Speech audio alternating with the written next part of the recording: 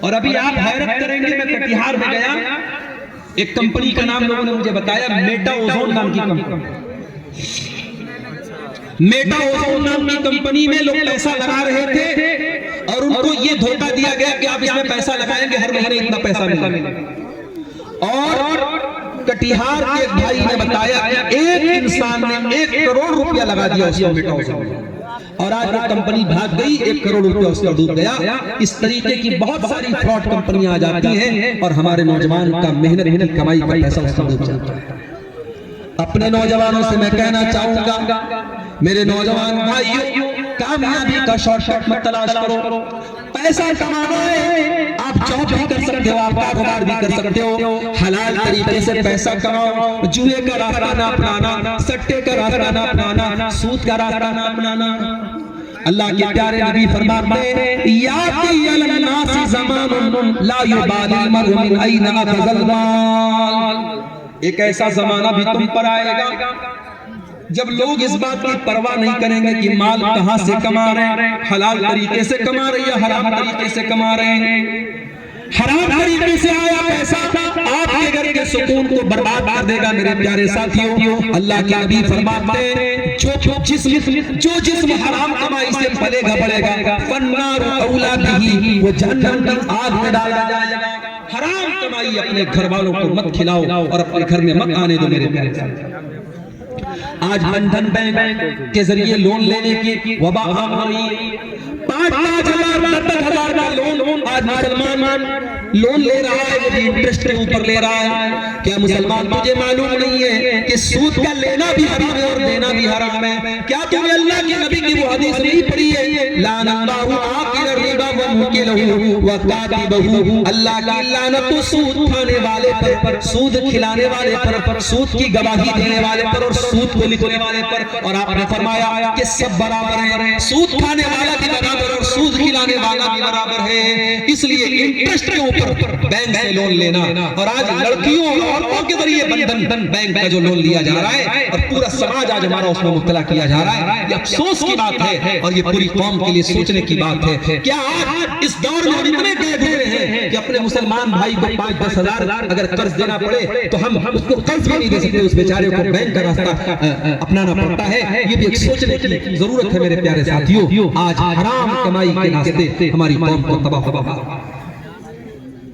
حرام کمائی کی ایک شکل ہم یہ بھی دیکھ رہے ہیں، اپنے پڑوسی کی زمین کو ناجائز طریقے سے ہتھیا لیتا ہے، بھائی بھائی کی زمین پر ناجائز قبضہ کر لیتا ہے، بھائی اپنی بہن کو وراثت میں حصہ نہیں دیتا ہے۔ یاد رکھو میرے پیارے ساتھیوں، آج اگر ہم نے کسی کا حق مارا ہے، آج کسی کی زمین پر ناجائز قبضہ کیا ہے، آج کسی کی پراپرٹی پر ہم نے قبضہ کیا ہے، یاد رکھو جس دن مریں گے، جس دن سانسوں کی ڈور تھمے گی، جس دن دل کی دھڑکن بند ہو جائے گی، یہ سارا مال ہم گھر چھوڑ کے جائیں گے اور قبرستان میں اکیلے جائیں گے، قبرستان میں قبر میں اکیلے دفن کیے جائیں گے۔ نہ یہ پیسہ ہمارے ساتھ جائے گا، نہ یہ زمین ہمارے ساتھ جائے گی، نہ یہ جائیداد ہمارے ساتھ جائے گی، سب ڈھاک پڑا رہ جائے گا جب لاد چلے گا بنجارا۔ یہ سب کچھ چھوڑ کے ہمیں جانا ہے۔ کس کے لیے حرام کما رہے ہو؟ کس کے لیے زمینیں ہتھیا رہے ہو؟ کس کے لیے لوگوں کے اوپر ظلم و ستم کر رہے ہو؟ یاد رکھو میرے پیارے ساتھیوں، اللہ کے پیارے نبی فرماتے ہیں من اخذ شبرا من الارض ظلما، جو ایک بتا زمین، جو ایک بالشت زمین کسی کی ناجائز قبضہ کر لے گا، تفقہ من 70 یوم القیامہ، قیامت کے دن 7 زمینوں کا توق اس کی گردن میں ڈالا جائے گا۔ ایک بتا، ایک بالشت اگر آپ نے کسی کی زمین ہڑپی ہے تو گردن میں پوری 7 زمینوں کا توق ڈالا جائے گا۔ زمین نہیں لے رہے ہیں ناجائز قبضہ کرنے والے، جہنم کا ٹکڑا لے رہے ہیں۔ اللہ کے پیارے نبی فرماتے ہیں میرے پاس 2 لوگ آتے ہیں، زمین کا مسئلہ لے کے آتے ہیں، اور ہو سکتا ہے میں انسان ہوں، مجھ سے غلط فیصلہ ہو جائے اور جس کی زمین نہیں ہے میں فیصلہ اس کے حق میں دے دیتا ہوں۔ اللہ کے رسول فرماتے ہیں اگر ایسا ہو جائے جس کی زمین نہیں ہے، اگر اس کے حق میں میں نے فیصلہ کر دیا تو کان کھول کر کے سن لو، فَإِنَّمَا أَقْطَعُ لَهُ قِطْعَةً مِّنَ النَّارِ، میں اس کو زمین کا ٹکڑا نہیں دے رہا ہوں، میں جہنم کی آگ کا ٹکڑا دے رہا ہوں، جہنم کی آگ کا ٹکڑا دے رہا ہوں۔ اس لیے میرے پیارے ساتھیوں، یہ زمین و جائیداد کے مسئلے میں کسی کے اوپر ظلم نہ کرنا، کسی کی زمین پر ناجائز قبضہ نہ کرنا۔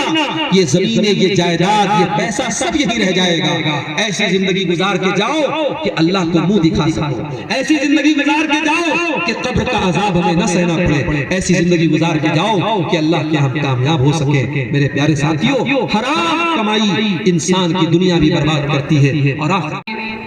ہمارے نوجوانوں میں ایک اور برائی بہت زیادہ عام ہو رہی ہے، اور وہ برائی میں ذکر کر چکا ہوں، نشے کی برائی۔ پہلے تو شراب کا نشہ ہوتا تھا، اب تو چرس اور گانجا کا نشہ بھی نوجوانوں میں عام ہو رہا ہے۔ کتنے نوجوان جیل کی سلاخوں کے پیچھے جا چکے ہیں اسی نشہ خوری کی وجہ سے۔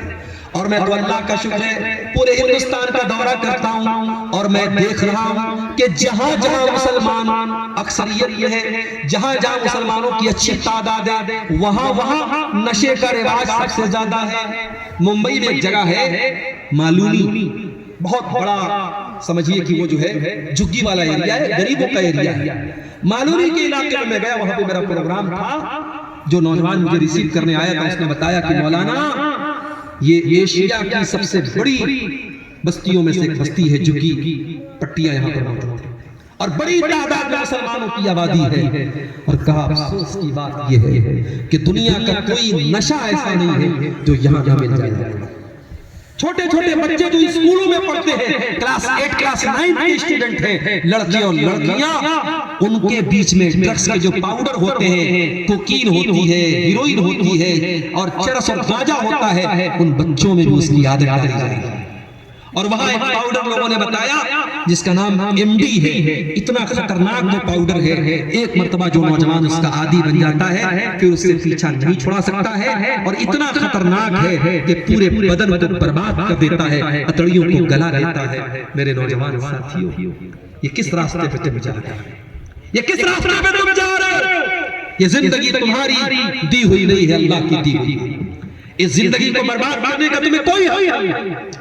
اس لیے ہمارے اسلام میں سوسائڈ کرنا حرام ہے، آتم ہتیا کرنا حرام ہے۔ زندگی میں جتنی بھی پرابلم آ جائے، اسلام سوسائڈ کرنے کی اجازت نہیں دیتا ہے۔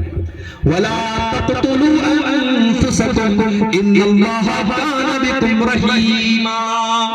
اے لوگو، اپنے آپ کو کبھی قتل مت کرنا، ایسا کوئی کام مت کرنا جس کی وجہ سے ہم اپنی جان کے دشمن بن جاؤ۔ وہ گٹکا کھانے والوں، وہ بیڑی پینے والوں، وہ سگریٹ پینے والوں، وہ نشہ کرنے والوں، اپنے جسم کو، اپنے شریر کو کیوں برباد کر رہے ہو؟ اپنی زندگی کو کیوں برباد کر رہے ہو؟ اللہ کہتا ہے وَلَا تُلْقُوا بِأَيْدِيكُمْ إِلَى التَّهْلُكَةِ، اپنے آپ کو ہلاکت میں مت ڈالو، نشہ خوری کر کے اپنے شریر کو برباد مت کرو۔ میرے پیارے نوجوان ساتھی، اللہ کے پیارے رسول صلی اللہ علیہ وسلم فرماتے ہیں المؤمن القوی خیر واحب الی اللہ من المؤمن الضعیف۔ اللہ تعالیٰ کو طاقتور مومن زیادہ پسند ہے کمزور کے مقابلے میں۔ طاقتور بنو، اپنے دماغ سے بھی طاقتور بنو، اپنے شریر سے بھی طاقتور بنو، اپنے ایمان سے بھی طاقتور بنو۔ اللہ کو طاقتور لوگ زیادہ پسند ہے میرے پیارے ساتھی۔ اسی لیے آپ دیکھیے کہ شراب پینے والے کے بارے میں اللہ کے نبی فرماتے ہیں من شرب خمرا لا تقبل له صلاۃ 40 لیلۃ، جو شراب پیتا ہے اس کی 40 دن تک کی نماز اللہ تعالیٰ قبول نہیں کرے گا۔ نتیش کمار جی نے تو آج شراب بندی کی ہے، اسلام نے تو 1400 سال پہلے شراب بندی کی ہے۔ اور آج حکومت نے شراب بندی کرتی ہے مگر بلیک مارکیٹ میں شراب بکتی ہے، 2 نمبر سے شراب بکتی ہے، پینے والے پیتے ہیں، پلانے والے پلاتے ہیں۔ آؤ 1400 سال پہلے کا منظر تمہیں یاد دلاتا ہوں۔ قرآن کی آیت نازل ہوئی یا ایھا الذین آمنوا انما الخمر والمیسر والانصاب والازلام رجس من عمل الشیطان۔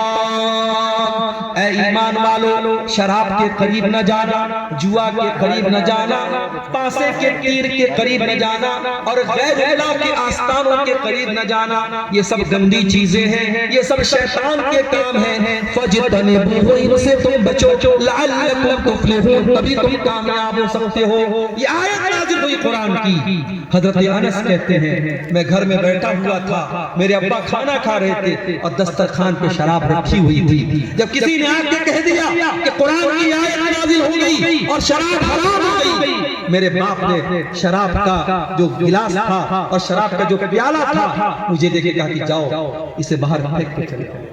صرف شراب نہیں، پیالہ بھی پھینک دینا، برتن بھی پھینک دینا۔ انس بن مالک کہتے ہیں جب میں شراب کا پیالہ پھینکنے کے لیے گیا تو میں کیا دیکھتا ہوں، فجرت فی سکک المدینہ، مدینہ کی گلیوں میں شراب ایسی بہ رہی ہے جیسے پانی بہ رہا ہے، جیسے ندی بہ رہی ہے۔ ایک آیت اتری ہے اور صحابہ نے شراب کے برتن توڑ دیے اور اپنے گھر میں شراب کا نام تک نہیں رہنے دیا۔ آج گٹکھا کے اوپر خطرناک پھیپھڑے کا فوٹو بھی بنا ہوا ہے اور لکھا ہوا ہے tobacco is dangerous, tobacco causes cancer, تمباکو سے کینسر ہوتا ہے، تمباکو صحت کے لیے ہانیکارک لکھا ہوا ہے۔ بیچنے والا بھی بیچ رہا ہے، لائسنس دینے والا لائسنس دے رہا ہے، خریدنے والا خرید کے کھا بھی رہا ہے۔ چلے جاؤ کینسر ہاسپٹلوں میں بڑی تعداد میں آپ کو کینسر کے ایسے مریض ملیں گے جو پان کھاتے تھے، گٹکھا کھاتے تھے، شراب پیتے تھے اور بیڑی پیتے تھے، ان کے نشے نے آج ان کو کینسر تک پہنچا دیا۔ میرے نوجوانوں، اپنے شریر کے دشمن مت بنو، اپنے جسم کے دشمن مت بنو، اپنے شریر پر رحم اٹھاؤ، اپنے ماں باپ پر رحم اٹھاؤ۔ آج وہ عورتیں جن کے شوہر شرابی ہیں، وہ عورتیں بیچاری رات و دن روتی ہیں، وہ روتی ہیں کہ مجھے شرابی شوہر مل گیا۔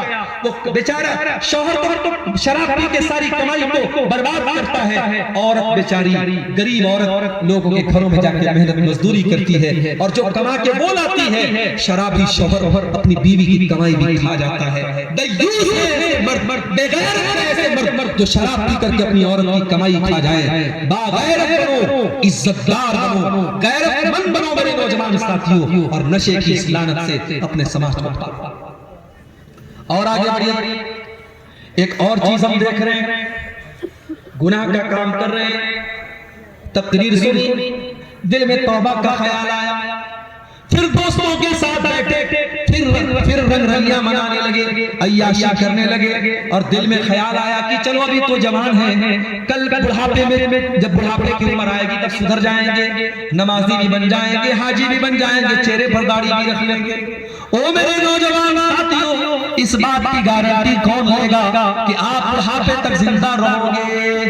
اس بات کی گارنٹی کون لے گا کہ کل صبح کا سورج آپ دیکھو گے؟ وَمَا تَدْرِي نَفْسٌ بِأَيِّ أَرْضٍ تَمُوتُ، کوئی نہیں جانتا کہ وہ کب مرے گا، کہاں مرے گا۔ موت آپ سے پوچھ کے آئے گی، موت کو اس بات سے کوئی مطلب نہیں ہے آپ کے مرنے کے بعد آپ کی فیملی کا کیا ہوگا، آپ کے بچوں کا کیا ہوگا۔ کسی کے جانے سے زندگی رکتی نہیں ہے میرے پیارے ساتھی۔ پچھلے مہینے کا واقعہ ہے، ابھی 15 دن بھی نہیں ہوا ہوگا، جھارکھنڈ کے دیوگھر میں میرا پروگرام تھا اور تقریر کر کے میں لوٹ رہا تھا۔ آدھا گھنٹے کے بعد ذمہ داروں کا فون آیا، مولانا آپ تو چلے گئے، ہمارے گاؤں میں بہت بڑا حادثہ ہو گیا۔ میں نے پوچھا کیا ہو گیا بھائی؟ کہا کہ آپ کے جانے کے بعد جب جلسہ ختم ہوا، ایک 20-22 سال کا نوجوان جو قرآن کا حافظ بھی تھا اور چھوٹے چھوٹے 2 بچوں کا باپ تھا، وہ بائک سے جلسے میں آیا تھا اور تقریر سن کر کے بائک سے جا رہا تھا۔ 4-5 کلومیٹر کے بعد اس کا گاؤں تھا۔ جب سڑک سے مین روڈ سے اپنے گاؤں کے لیے مڑنے لگا، اس نے انڈیکیٹر نہیں دیا، یہ سوچ کر کے رات کا ٹائم ہے، انڈیکیٹر کی کیا ضرورت ہے۔ اس میں ایک سبق یہ بھی ملتا ہے کہ ٹریفک کے جو رولز ہیں اسے ہمیں فالو کرنا چاہیے، چاہے رات ہو چاہے دن ہو۔ آپ بائک سے نکلتے ہو ہیلمٹ پہن کے نکلو، کار چلا رہے ہو سیٹ بیلٹ لگا کے بیٹھا۔ میرے ساتھ بہت خطرناک حادثہ ہوا تھا 2 سال پہلے، یو پی کے اندر رات میں جلسہ کر کے لوٹ رہا تھا، گاڑی پوری اسپیڈ میں چل رہی تھی، ڈرائیور کو نیند آ گئی اور گاڑی کو لے جا کے اس نے ٹرک میں بھیڑا دیا۔ وہ تو اللہ کا شکر ہے، میری عادت ہے میں کار میں بیٹھتا ہوں ہمیشہ سیٹ بیلٹ لگا کے بیٹھتا ہوں۔ سیٹ بیلٹ میں لگایا ہوا تھا اور اس کار میں ایئر بیگ تھا۔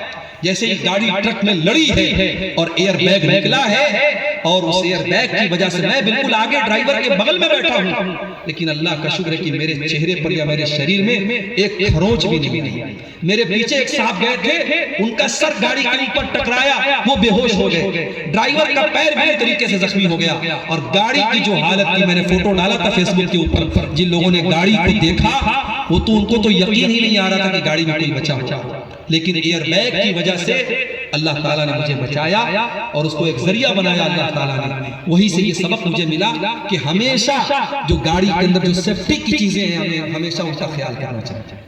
اس نوجوان نے گاڑی کو موڑا ہے گاؤں کی طرف، انڈیکیٹر نہیں جلایا، اور پیچھے سے اسپیڈ سے پک اپ آ رہی تھی، پک اپ نے ٹھوکا ہے اس کی گاڑی کو، اور آن دا اسپاٹ وہ لڑکا انتقال کر جاتا ہے۔ جلسے سے لوٹ رہا تھا، بیوی نے سوچا نہیں تھا میرا شوہر زندہ نہیں لوٹے گا، بچوں نے سوچا نہیں تھا ایک گھنٹے کے بعد ہم یتیم ہو جائیں گے، ماں باپ نے سوچا نہیں تھا ہمارا جوان بیٹا ہم سے رخصت ہو جائے گا۔ جس گھر میں ابھی خوشی کا ماحول تھا، کچھ دیر پہلے ابھی غم کا ماحول ہو گیا، اور جوان بیٹے کی لاش گھر میں آتی ہے۔ میرے پیارے جوان ساتھیوں، زندگی میں کب کون سا حادثہ ہماری زندگی کی کہ تار کو توڑ دے ہم نہیں جانتے، اس سے پہلے کہ موت آ جائے توبہ کرو میرے پیارے ساتھی، کل توبہ کو مت ٹالو، کل صبح کا انتظار مت کرو، اپنی زندگی کے ہر دن کو آخری دن سمجھو، اور جتنا جلدی پاسبل ہے توبہ کرو، اور یاد رکھو ہم کتنے بڑے گنہگار ہیں، ہم کتنے بڑے بدکار ہیں، اللہ تعالیٰ کے یہاں